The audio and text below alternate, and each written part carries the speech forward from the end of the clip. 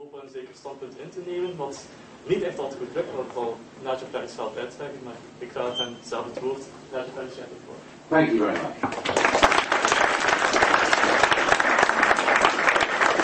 Well, good evening, everybody. Can you hear me loud and clear? Yes. Very good. I haven't got a clue what you said in that introduction, but I'm assuming it was nice. I don't know. Now, you're all a very long way away, which gives me the assumption that you perhaps think I bite, or perhaps I'm really rather dangerous in some way, but I can assure you that really isn't the case, unless, of course, you are an unelected European Commissioner or official, in which case, yes, you are very much my enemy.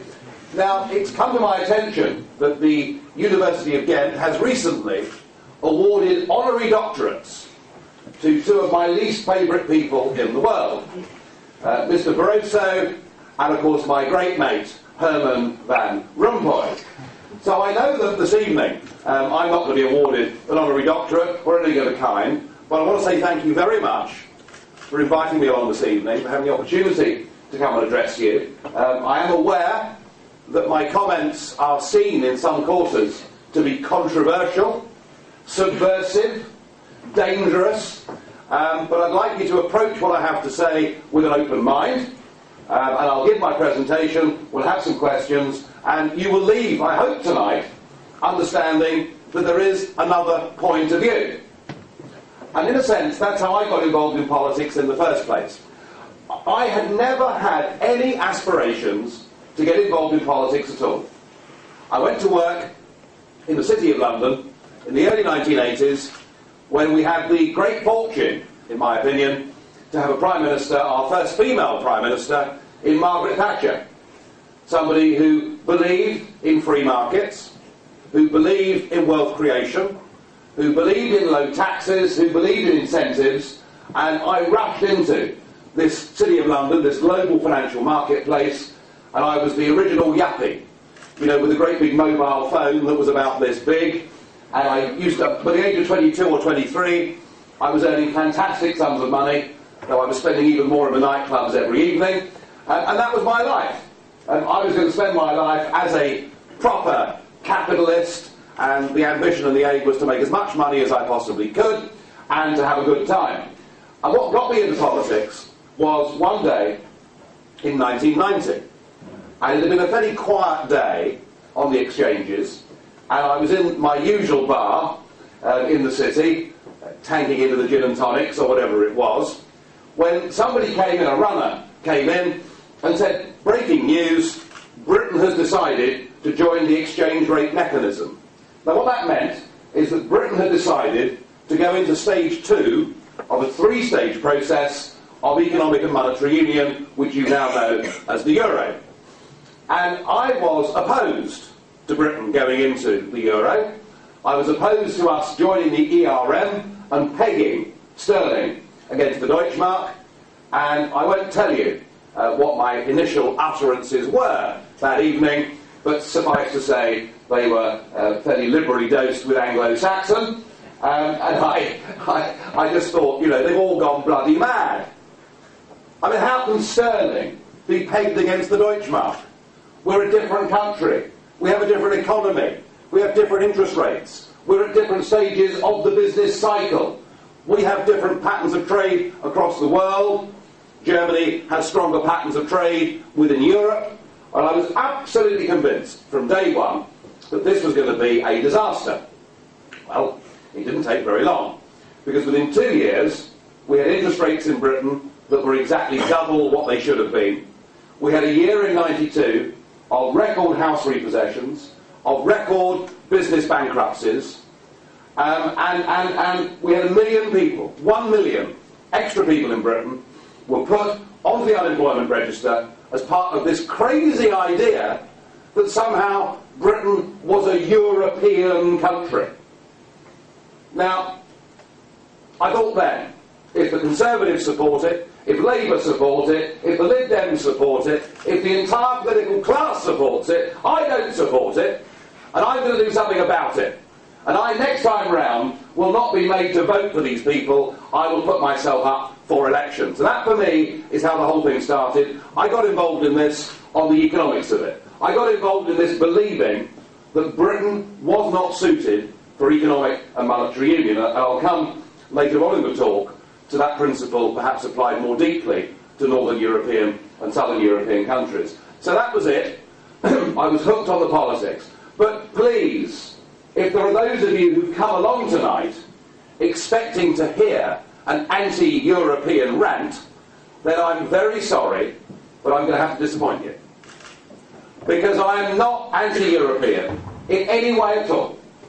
I'm married to a German, I've worked for 2 French companies, and I've drunk more Spanish Rioja than most people alive in Britain today. I love Europe. But what is wonderful about this continent of Europe, what makes it a more fascinating, more interesting place than America or Australia, is that we can go within a relatively short distance, let's say 100 miles. Oh no, sorry, you've got kilometres here, haven't you? And we can go in a relatively short distance and we can find different peoples, speaking different languages, eating different foods, doing things differently. What we should be saying is vive la différence. It's wonderful that we have this diversity in Europe, but what is objectionable is this thing that masquerades as Europe, namely the European Union, which is trying to bring together 27 different peoples, speaking 21 different languages, with completely different economies, histories and cultures. They're trying to push them all into one new European state, and they're doing it, in my view, without the consent of the people. Now, let's return to the economics. We have a European Union. We now have a Eurozone. How well I remember when the Euro was launched, the big fireworks display that happened in Brussels, the usual champagne receptions, and this was going to be the new dawn. That somehow, if everybody had the same currency and the same interest rates and the same central bank, it was going to lead to huge prosperity.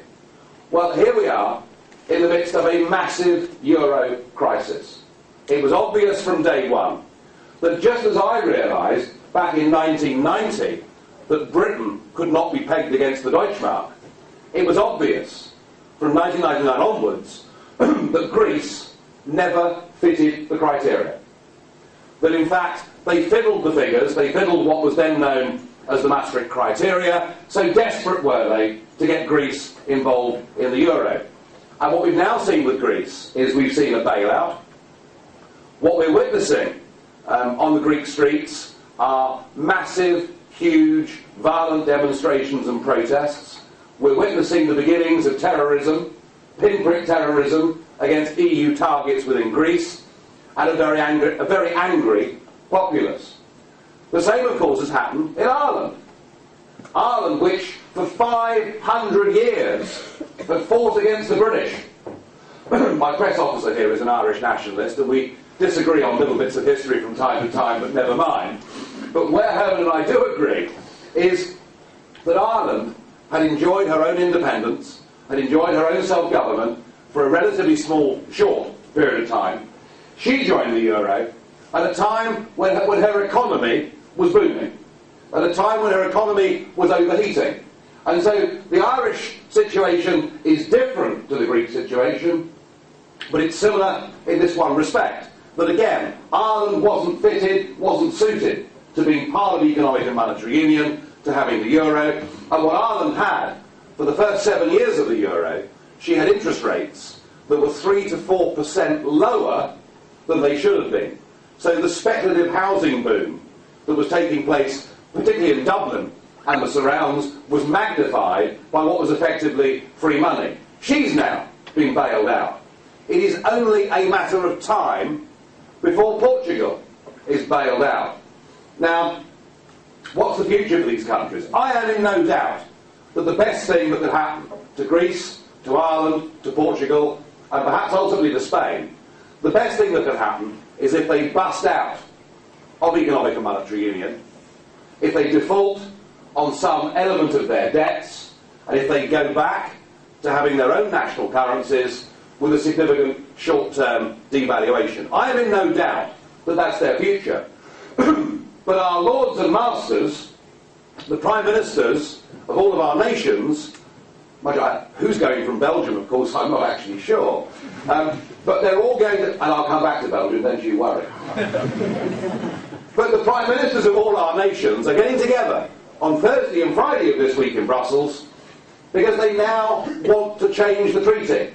They want to amend Article 136 because they know that actually bailing out Eurozone countries was illegal under the treaty and wasn't allowed, and the rules have been broken. And 4 brave German professors are taking Angela Merkel to the German Constitutional Court in Karlsruhe to declare these bailouts illegal, and Merkel knows they're going to win in the German court, which is why they've got to change the treaty. So whichever way you look at it, economic and monetary union is not a success, and if they're able, by Friday evening, to have agreed a permanent bailout fund, to have agreed to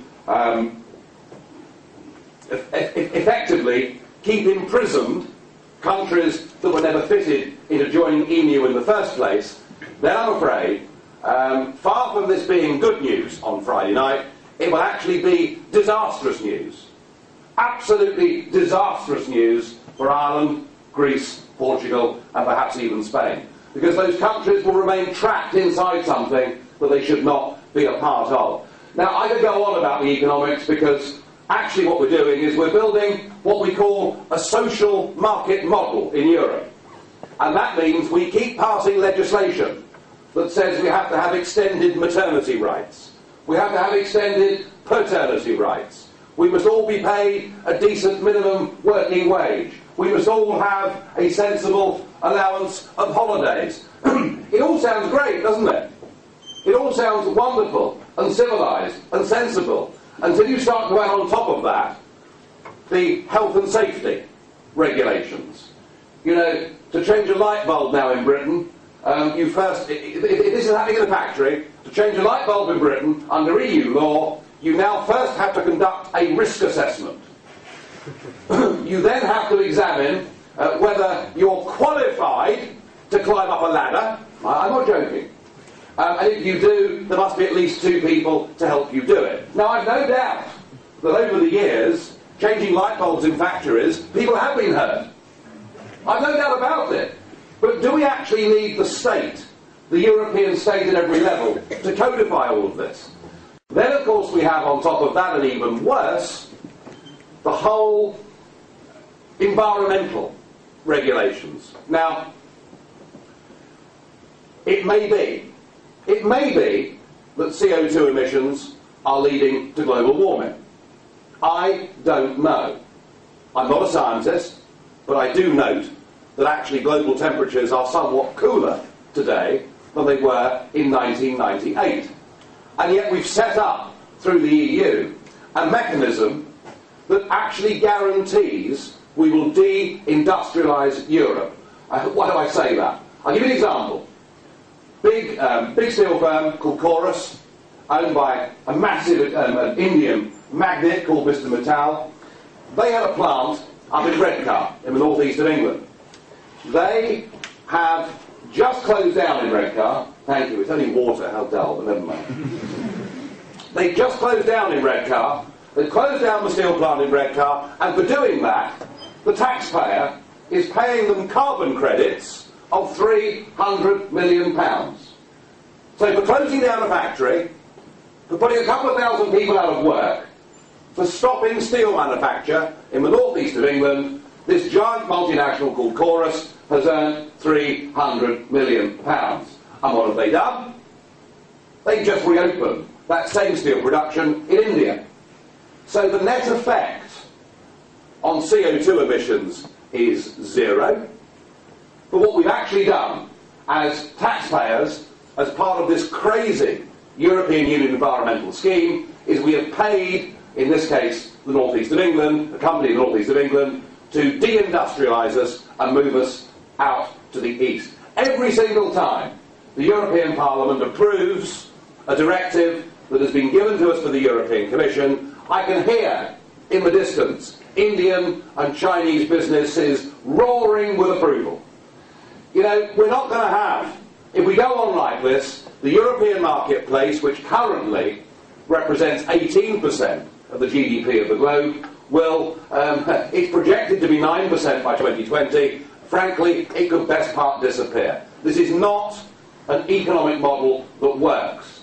But if that wasn't serious enough, there's something I think that matters far, far more than that. And that is the complete absence of democracy within this system. Many critics of the European Union have said from day one that it's an undemocratic system.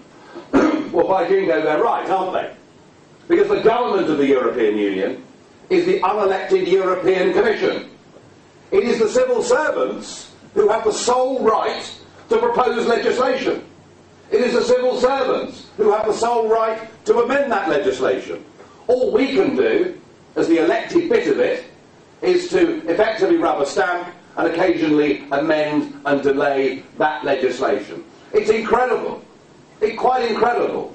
After two massive world wars that caused such ruin, destruction and misery across Europe, two world wars that were fought to stop people robbing individuals of democracy, to give nation states the ability to run their own lives. It is incredible that with this European Union model we've turned our backs on it.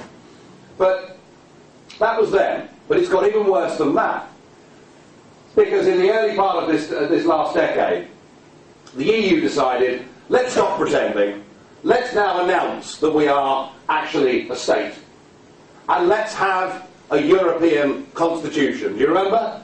And, you know, there were big ceremonies and European Union flags and anthems and the launching of this constitution. They tried to pretend that it was being drafted in a way that the Founding Fathers drafted the Constitution of the United States of America. But they had a slight problem. And the problem was that in one or two countries they had to put it to a referendum. And the French said no. And the Dutch overwhelmingly said no. And we all know, had this gone to a referendum in Britain or in Germany or frankly almost every country, the answer would have been no. But what they did, I think, sums up the EU as we know it today. They absolutely refused to accept the no votes, refused to accept their validity. They rebranded it as the Lisbon Treaty. And in fact, an Italian politician, D'Amato, former Prime Minister of Italy, actually openly said the good thing about calling this a treaty and not a constitution is that we don't have to put it to referendums. Just to give you an idea of how democratic these people are. Well, of course, there was a problem, because one country, Ireland, under their constitution, had to put it to a referendum.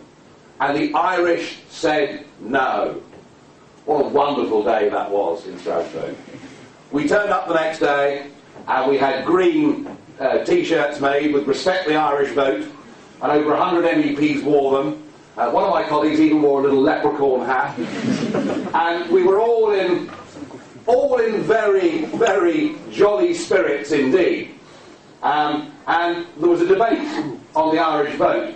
And I'll never forget what Martin Schulz, who was the leader of the European Socialist Group and the European Socialist Party, said. Schulz said, in the wake of Ireland voting no, we must not bow to populism.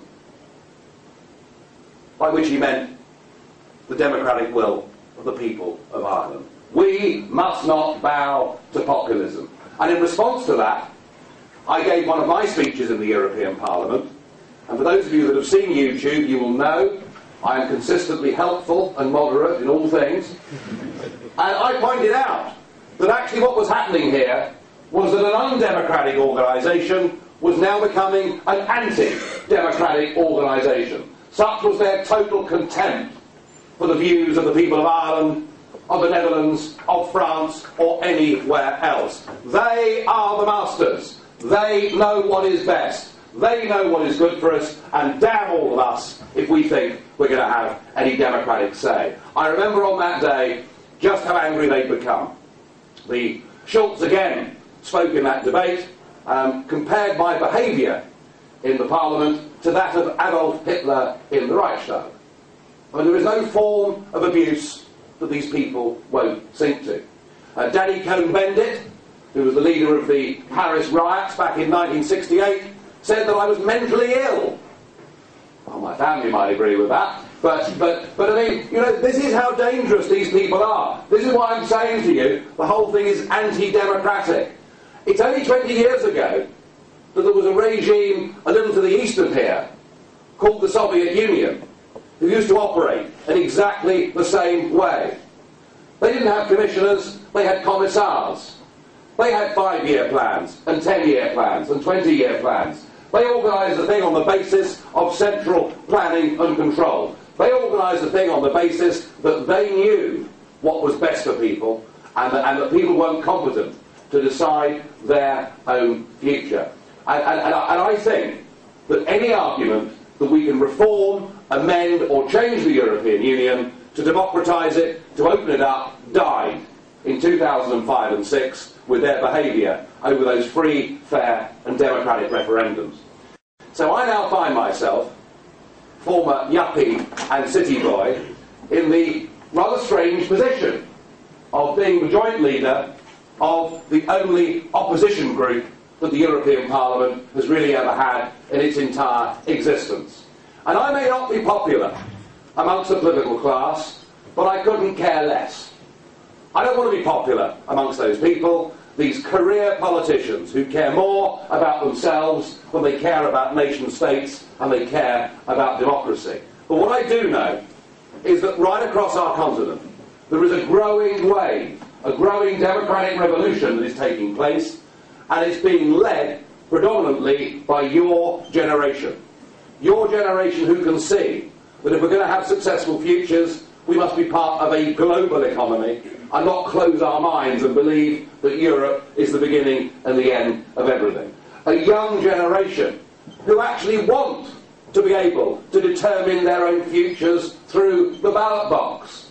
That's the point about democracy, isn't it? In democracy, you don't just vote for your government, but you have the ability, once every 4 or 5 years, to say, you're a cheating, lying, dirty lot of rascals, get me gone, and I'll put somebody else in with a different manifesto. That's what the young people across Europe are saying, and I think we have a very interesting specimen of this in Finland, right at this moment in time. In Finland, which has been a 3-party system, a conservative, socialist and liberal party system, and in Finland, the Eurosceptic party, the True Finns, whose MEP, I'm proud to say is part of our group, are up to 18.5% in the polls and are just 1 point behind the government with 6 weeks to go before the general election. So things are changing across Europe, and is it any wonder when you look at the way we're governed? You know, it was objectionable enough to have a European Commission in day one. But what did the Lisbon Treaty give us? It gave us Herman Van Rompuy. The President of Europe. And it seems that I rather upset him. I did make the point that we've been told that once we had a President of Europe, it would be a figure so big and powerful that he would stop the traffic in Beijing and Washington. And I was struck that I didn't really think that Herman Van Rompuy would stop the traffic in Brussels, let alone anywhere else. And so I did say, it's true, that he had the charisma of a damp rag and the appearance of a low-grade bank clerk. Now, I don't think, as far as political insults go, that was really too heavy. I mean, after all, I've told you what they've been calling me in the Parliament, and that's apparently fine. But oh, goodness me, didn't it cause a bit of a storm? And I was asked for the President of the European Parliament. I went in for a meeting with him, and piece of advice to all of you, when you leave university and you go on and you pursue your careers wherever you go, whenever you're invited to a meeting and the person inviting you doesn't offer you coffee, you're in big trouble, all right? So I went in to meet the President of the European Parliament, and it was very much an interview without coffee. And he said to me, I'm asking you to apologise. I said, oh yes? He said, I want you to apologise to the European Parliament. I want you to apologise to Mr. Herman Van Rompuy, and I want you to apologise to the people of Belgium.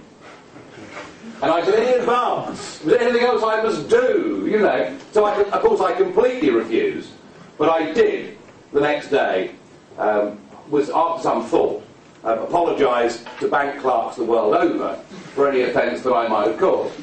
But so upset with me were they, that they fined me the maximum fine that the European Parliament can bring in, and they fined me 10 days' pay, because I wasn't very nice about Mr Van Rompuy. And the President of the Parliament said to me, this will never happen again. And I thought, how on earth are they going to stop me? And last week, I had a little exchange with him last week, and there he was, in December, shaking hands with, of course, Colonel Gaddafi, the man that is now our enemy, although on reflection, I suppose it was one unelected leader greeting another unelected leader, so perhaps nothing terribly unusual about that. So, and I do admit, I've been a bit of a thorn in their side, but apparently what's really upset them are my comments about Belgium. That's what's really upset them. And the British Foreign Office have said, or said to me at the time, that I'd done a terrible thing, that I'd insulted this great unified nation of Belgium. Well, I think that when we look back at our histories, when we look back at our own lives, often there are things for which we should apologise. And as a British person, I think I should apologise to you all tonight for the artificial creation of Belgium. Back in 1839,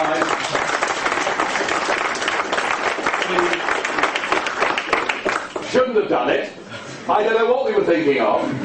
Of course, effectively, we really had you as a buffer zone, didn't we? Between the French and the Germans. I mean, that was the thinking of the Brits at the time. And, you know, as long ago as 100 years ago, before the First World War, there were senior Belgian politicians saying, this place is not a country, it's not a nation. So quite why me saying it has caused such great offence, I don't know.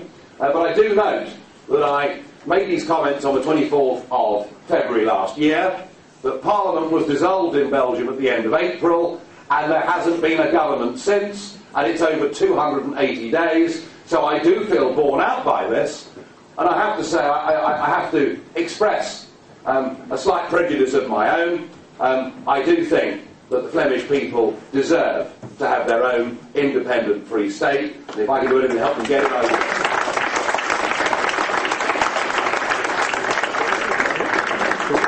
Please bear in mind, if and when you get your independent, self-governing, democratic, free state here, what will be the point of it if you're part of a European form of government that already makes over 75% of the laws of the nation states? What will be the point of it?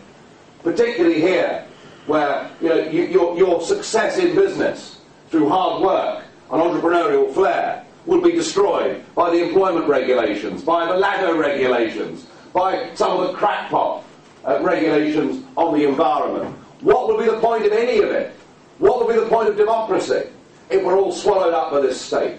So my job, I feel, is to help lead initially and then link arms right across this European continent with like-minded people.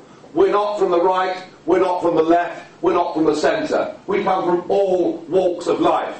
We believe in democracy. We believe in self-government. We believe in having our own proud nations. I want a Europe that trades together. I want a Europe that works together. I want us to agree, sensible, common, minimum standards on things. I want to have reciprocal deals between British universities and German universities. I want to do all of those things that we ought to be doing in the 21st century as next-door neighbours. But we cannot have those freedoms, and we cannot have our democracy, all the while the Van Rompuys and Barrosos are ruling our lives, and the sooner we get rid of them, the better. Thank you.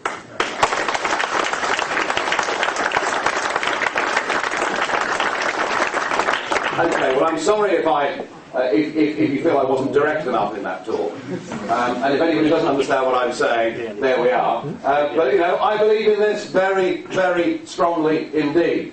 You see, I have this feeling that if you take away democracy from people, rather like our friends in Greece at the moment, if the way you vote in the next Greek general election doesn't matter because you can't set interest rates, you can't set tax rates, because the European Central Bank and the unelected bureaucrats and officials in Brussels now run your country, if democracy is taken from you, all you are left with is civil disorder and civil disobedience. And my great fear is that unless we get proper democratic solutions to our future in Europe, that what we will see is a Europe of a whole mass of little mini nasty civil wars. And that's why I feel it is so important, as somebody that's got 4 children, that we fight to get freedom and democracy back. Right, now it's your turn now. You can be as abusive as you like, you can throw things at me, you can agree with me, you can ask questions, you can do as you wish. So let's open it up. The floor is yours. Yeah, I heard you talking about that we should focus on a global economy instead of just a European economy. But things as they're being now, like China's coming up, India's coming up, and they work for 50 cents an hour. We have social standards, laws for environment, so on, so on. Isn't it more agreeable to form a European trade bloc as to oppose these new coming economies that work for nothing? It's interesting that you ask that, because most people think that the European Union is a free trade area. That's what most people think. And indeed, my parents, when the Brits had a referendum on this back in 1975, my parents both voted yes, because they were told they were voting for a free trade area. They never were. The European Union is a customs union, not a free trade area. Now this is a point that the general public don't get. Interestingly, it's a point that many businesses are only just beginning to hoist on board. But the difference, of course, is fundamental, isn't it? That, you know, you and I can form between us a free trade area. And we can agree to operate with each other on a certain set of rules. And that's fine, because we both freely enter into that. No problem. And I can say to you tomorrow, I've had enough of this. You know, I don't want it. Let's end it. Let's call the whole thing off. Fine. Easy, straightforward, simple. And across the world, there are lots of little free trade agreements and quite a lot of big free, you know, NAFTA, for example, quite big free trade agreements. The difficulty with this as a customs union is that you and I, sir, are not just bound by what we do with a customs union, we are also bound outside of that. Now, I appreciate different countries have different sizes and may have different interests, but look at it from my point of view. You know, I come from the UK. I come from the most globalised country in the European time zone. That because of language, because of our financial markets, and because of our incredible relationship through the Commonwealth with lots of other parts of the world. You know, we've got Australia, Canada, New Zealand, India begging us through the Commonwealth to enhance trade relationships between us. And we have to say, no, sorry, we can't do that. We're forbidden from doing it by our membership of the European Union. So, you're right, we face big global challenges, big competitive global challenges. And, you know, I made the point in my talk that if we go on protecting ourselves with layer after layer after layer of legislation, we actually make ourselves less competitive and we hand business over to other countries. But I do think that if we look at the way global trade is configured, we look at the way it's argued for through the World Trade Organization, the European Union is the only customs union of any size in the world. It is completely and hopelessly outdated by at least 50 years. It is not the future. It is not the way forward. I want a Europe where we're free, as I say, to agree things between each other, but we're also free, if we choose, to negotiate our own trade deals across the world. The future, in this 21st century globalised economy, the future will be best for those who are flexible and adaptable and can move with the times. Does that answer your question? Well, sort of. It says your point of view, for sure. So Oh, it's my point of view, all right. Don't worry about that. Don't worry about that. Okay, there was another one somewhere. Yeah. I heard your interesting view on democracy, and I agree that, of course, the European Commission, the fact that it's not democratically elected, it's true, of course. But on the other hand, I also trust the European Parliament that can approve this new European Commission each 5 years and has to check on the European Commission. As the European Parliament is democratically elected, for me it's also a representation of the view of the population. Plus, of course, the European Commission can do a proposal. They cannot make a law, they can do a proposal. And it's the European Parliament that is elected that has to approve it. Plus, together with the ministers, which we also elected, they together have to approve and get the green sign. So if you don't agree what happens in the European Union, the decision that has been made, maybe you just don't find enough support, but then again, that's also the consequence of democracy, I think. Well, I mean, let's just remind ourselves of one thing. That, and I'm going to repeat this, but this is true, and I think it has a bearing on your comments. Let's just remember that the European Commission, the bureaucracy, has the sole right of initiative. Only they can propose legislation. Only they have the ability and the power to propose the amendment of legislation. And then, yes, you're right, it does come through the European Parliament, but the European Parliament itself does not have that power and does not have that ability. Now, your other argument that somehow these commissioners have democratic legitimacy because the European Parliament has voted for them, sorry, I don't really agree with that. And we've had a long-running exchange, my friend Mr. Barroso and I, who I do like in a way, because he's got a good sense of humour. He needs it when I'm around. And I keep saying, but Mr. Barroso, you have no democratic legitimacy. And he keeps saying, but of course I do. I was voted for by this Parliament. Yes, he was, but we were only given the choice of one candidate. I don't call that democracy. I call that the political class rubber stamping its own. So I don't buy the argument. I don't buy the argument. Look. The challenge to democratising the EU came up 10 years ago, when the great Giscard d'Estaing was setting up the European Constitution. Had the people who were behind this project been Democrats, that was the opportunity. They could have democratised the European Union, they could have made the government of Europe come from the Parliament itself, they could have made that democratically accountable once every 5 years at European elections, they could have transferred the role of the Commission into being the civil service that actually carried it out. They could have turned it into a proper democratic form of government. And I challenged them again and again and again on this. And I said, if you do that, and if you put it to referendums of the peoples of Europe, you may well win. You may well inspire people into thinking that something of value here is being created. I said, I won't want it myself, because I believe in something called the national interest. I won't want it myself, because I don't want a European flag. I don't want a European anthem. I want my own. Thank you very much indeed.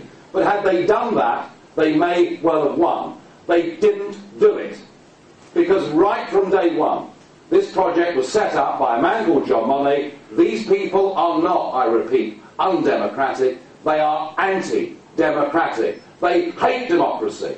They see it as being inconvenient. Because once every 4 or 5 years, a government that's taking this course is replaced by a government that takes that course. They didn't do it, they will never do it, and that is why we have to bring this whole thing down. It is damn dangerous. It is now turning into something that is subjugating the peoples of Europe to a new system of government which increasingly resembles the one that mercifully fell to pieces in the Soviet Union 20 years ago.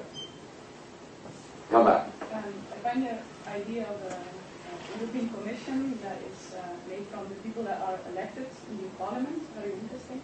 Then my question would be, who would you choose, or how would you decide it? Because of course you cannot say there's a majority or a minority in the European Parliament, because we all have different political groups and backgrounds in different countries, bigger countries, smaller countries, so you couldn't even base it on the votes or the number of votes. So how would you organize this? How would you choose them from the parliament that is elected? Well, that's not for me to do, is it? I am not going to be constructing the European state.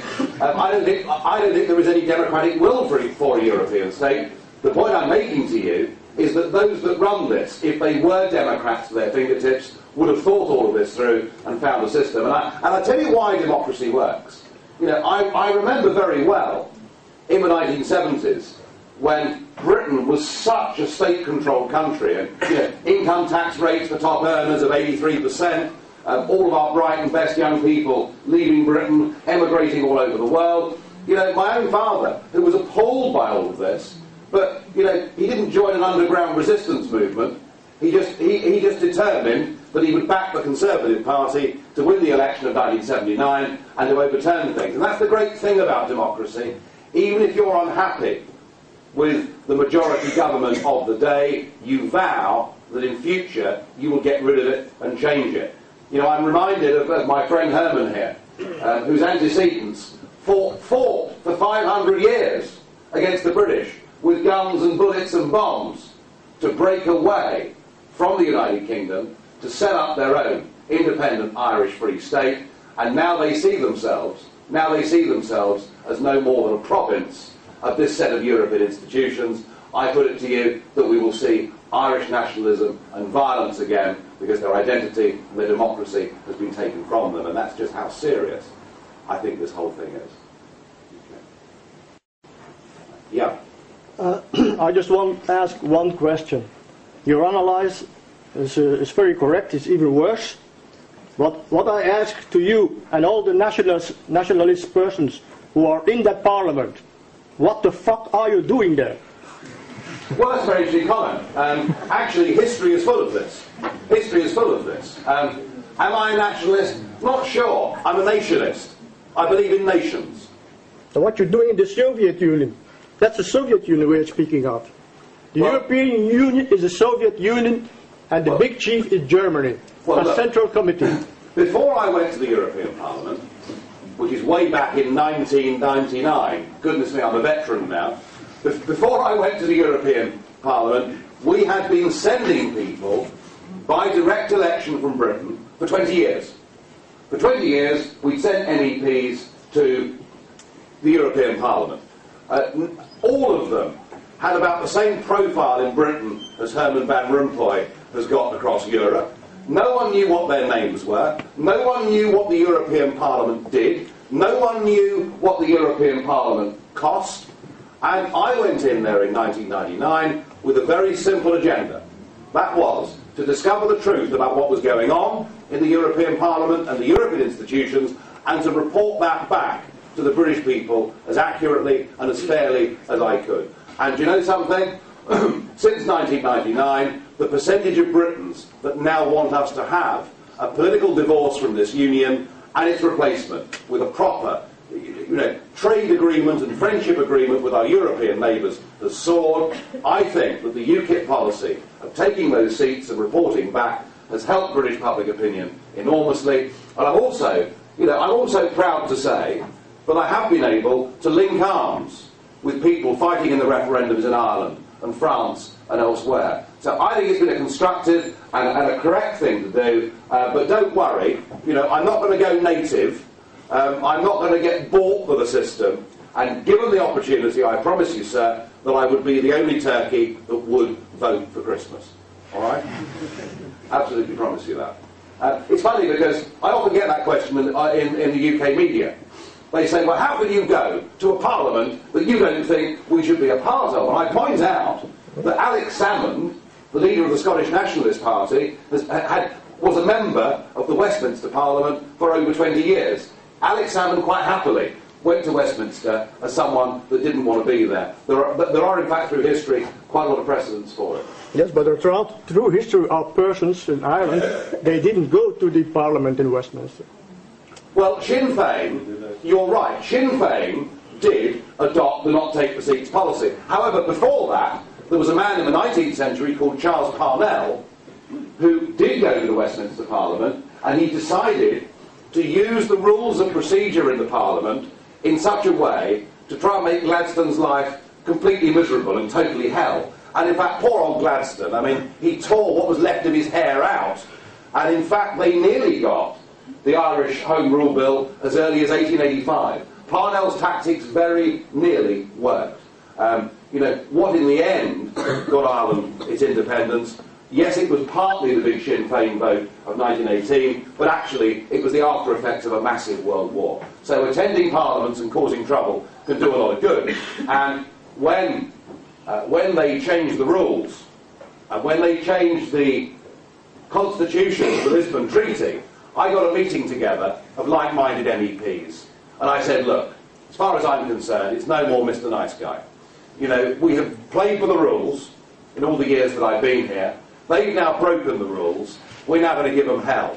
And that was when we started with, you know, we had our big demonstrations and our referendum posters, and they started fining us all and the usual sort of thing. Unlike the Westminster Parliament, when we really frustrated their procedures and put in speaking requests to keep the Parliament open all night, all they did, of course, was just change the rules. Because there are no rules in this European construct. This is, you know, what we're up against here. We are not the nationalists. Those of us that want our nation states are not the nationalists. What we are up against is a new phenomenon. It is called Euro-nationalism. You know, when they play that wretched anthem in the Parliament with the great big flag, you know, they stand ramrod straight to attention. They were busy. I mean, believe this or not, the Liberals and the Greens last week in that debate about Gaddafi want the EU to go to war. Anything to give the EU legitimacy. Anything to give the EU power. They are the nationalists. And they're not small n nationalists, they're big N nationalists. They are damned dangerous people, and we've got to stop them. So. So you have mentioned the United States, but isn't the major difference between the United States and the EU or EU-USSR that the United States have got a constitution that, even though they don't do that much with it, the constitution is limiting the competence of the federal government of the United States. Remember Mr. Dr. Now Paul always says we are not competent, whereas the Lisbon Treaty, it's a treaty, it's not a constitution, because it is not protecting the people against the government, because that's the major goal of constitution. And when I was visiting Ireland before the election there, I understood why they would say no, because they understood very well the EU is gonna put our way of living out of law, and they didn't like that. And hence, I prefer having a EU-SSR constitution in order to be protected against government, because the present Lisbon Treaty, if I got it right, is self-amending. Yes. This means the EU-SSR is competent for everything. Even if they've forgotten it, they just add it and they are competent. And I'm afraid of that. I don't like it. I would agree with your analysis that in the USA, the states in the USA have a far greater deal of autonomy and self-government than the states do within the European Union. That is certainly true. And they have a very well-written and very well-drafted constitution, which, as you say, protects the rights of the individual. I have seen nothing, either in the European Constitution or now the Lisbon Treaty, that does that. I thought one of the biggest jokes of all was the Charter of Fundamental Rights.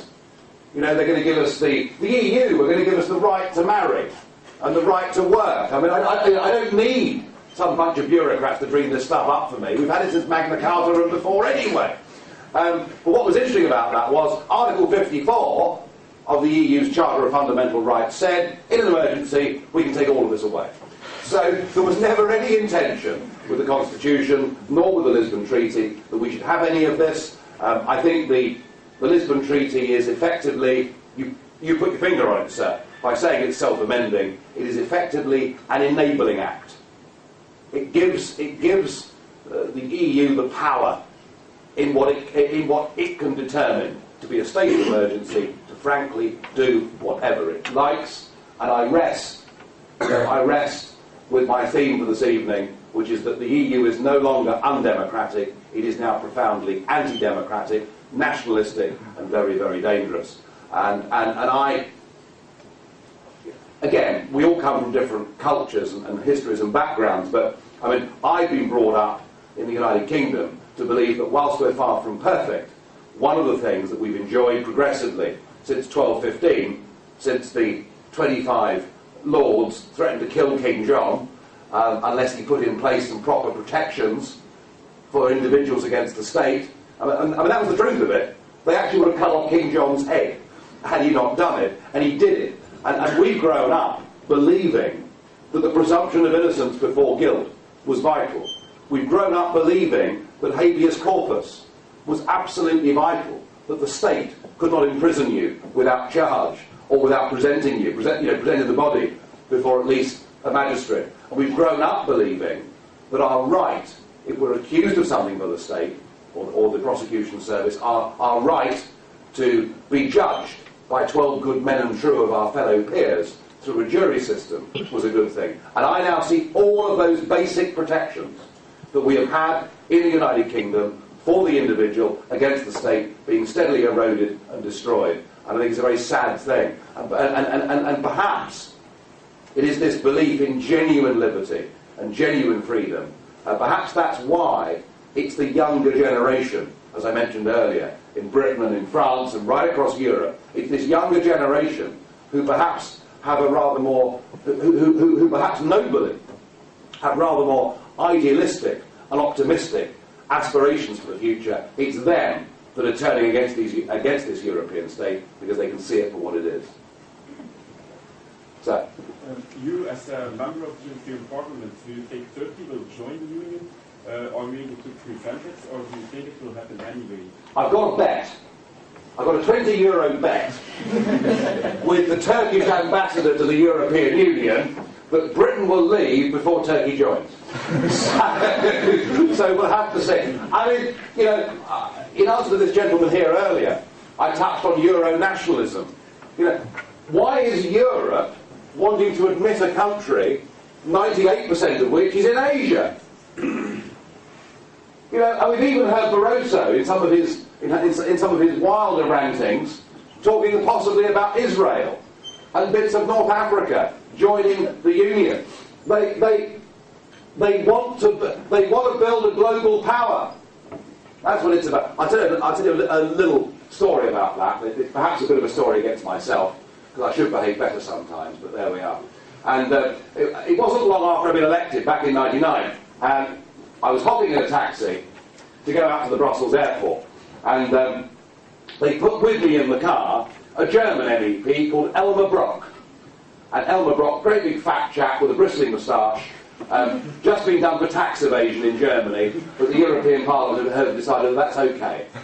That's okay, he can claim immunity. And Elmar Brok has been for 20 years a member or chairman of the Foreign Affairs Committee in the Parliament. He's a very influential Euro-federalist. A man who, of course, coming from Germany, could never ever talk about his own country because of their guilt about the past. But Elmar Brok is ramrod straight, you know, to that European anthem. Anyway, I'd only been there a few weeks, got in the car with Elmar Brok and off we went, and there was an absolutely stony silence.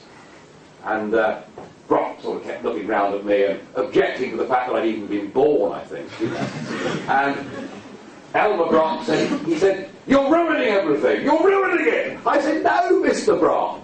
You know, I have been put here by a segment of the electorate that think you guys are wrong, that think we should put all of this to free and fair referendums, and if you win, that's fine, and if I win, that's fine. But that's the way to settle this." He said, "You don't understand. None of us, Britain, France, Germany, none of us are big enough on our own to be the world's global superpower. We have to be bigger than America. We have to be the #1.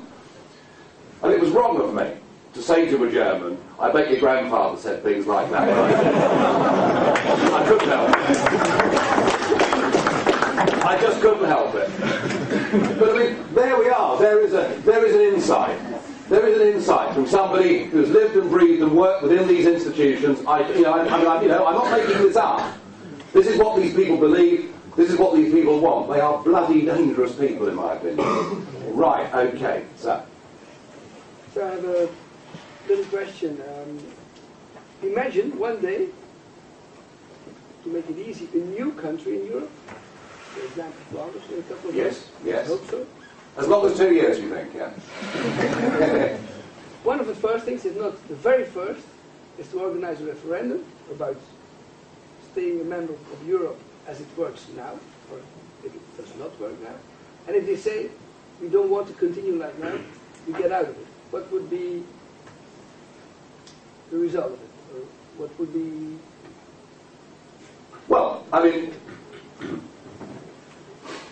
there are some within the institutions who, of course, will always make dire and grave warnings that if you act against the union in any way at all, you know, they will stop trading with you, you'll become a pariah state. Actually, none of that's going to happen, is it? Because business is business. You know, I mean, if you're a Flemish manufacturer of widgets, and I'm a consumer, and your widgets are good widgets, at a good price for widgets, sir, I will go on buying your widgets, regardless whether you're from Belgium or from an independent, free, new, proud state in Flanders. You know, I will go on buying your widgets. And similarly, you know, whenever I've asked this question about Britain's future, you know, I've been told by everybody, actually, in reality, from Neil Kinnock, God, I couldn't stand him, never mind, to Tony Blair and all the rest of it, you know, if Britain wants to do something different, that's up to Britain. But the best answer of all to this was the great, lordly, godlike Giscard d'Estaing, who, when he launched the Constitution, said, and with this Constitution, back to the previous question, you know, with this Constitution, we will become a global superpower. And a German correspondent said, but, sir, a foreign policy, a European army, a European navy, the British will never accept this. And Giscard said, what the British need to understand is that unless they accept this Constitution, straight treaty, they will be relegated to the status of a country like Switzerland. And you know what? I thought, if you want to relegate me to the status of a country that is the richest in Europe, that has exactly the same terms of trade with France and Germany as we do whilst being members, that doesn't have to put up with 3,000 new laws a year, that doesn't have to pay 50 million quid a day as a membership fee to a club whose accounts have not been signed off by the auditors for the last 16 years in a row, and if you mean be relegated to the status of a country whose democracy is so open and free that they can hold their own parliament to account by demanding a referendum, I'm all for relegation to the status of a country like Switzerland, and it'll be the same for you. Good, thank you. I'm done now.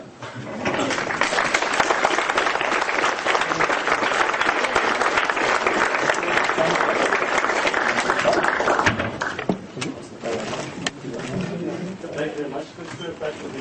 I hope you enjoyed the lecture, of course.